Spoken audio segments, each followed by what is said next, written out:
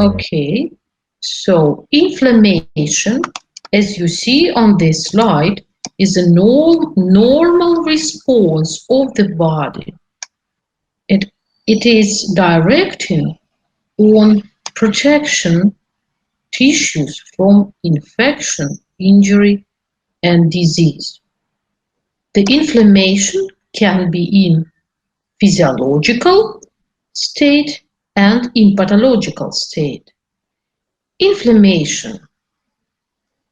The primary object or the primary goal of inflammatory reaction is to stop spreading the inflammatory factor, means to localize and eradicate the pathogen, the injuring factor.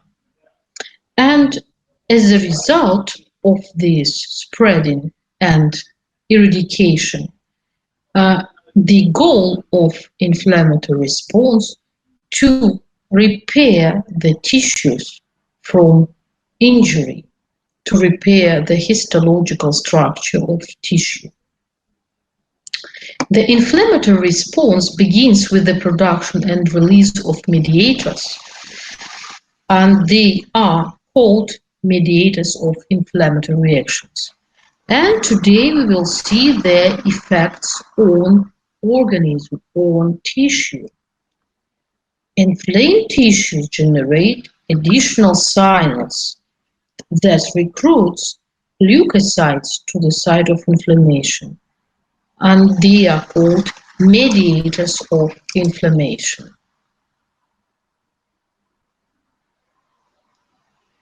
The inflammatory response involves three major stages. First is dilation of capillaries and the blood flow increase. We know this change called as arterial hyperemia. This is the first major response. Second major response is changes and permeability of vessel wall, the microvascular structural changes and escape of plasma proteins from the bloodstream is called exudate. So exudate is an inflammatory fluid in the tissue. It is the second part of inflammatory process.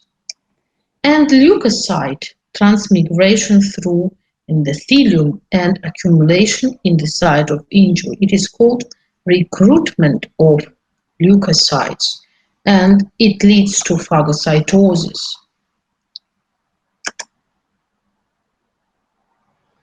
This is example how pathogen, which is mechanical injury of tissue, impairs tissues and produces inflammatory reaction.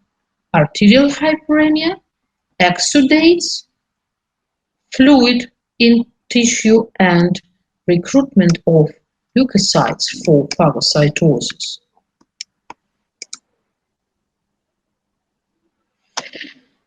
There is kinetic of inflammation, and we are talking about acute inflammation.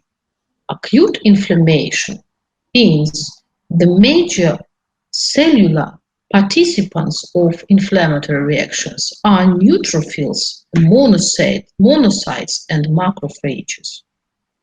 So when we have injury of tissue, first of all, there is edema formation, so exudates in tissue. It leads to edema, and a little bit later there is activation of neutrophils emigration to tissues, and then a little bit later one more participant is monocyte and macrophages.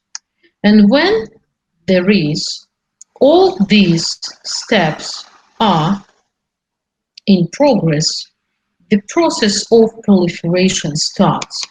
So to resume, we have three stages of inflammation. We have injury, we have exudation, and we have proliferation.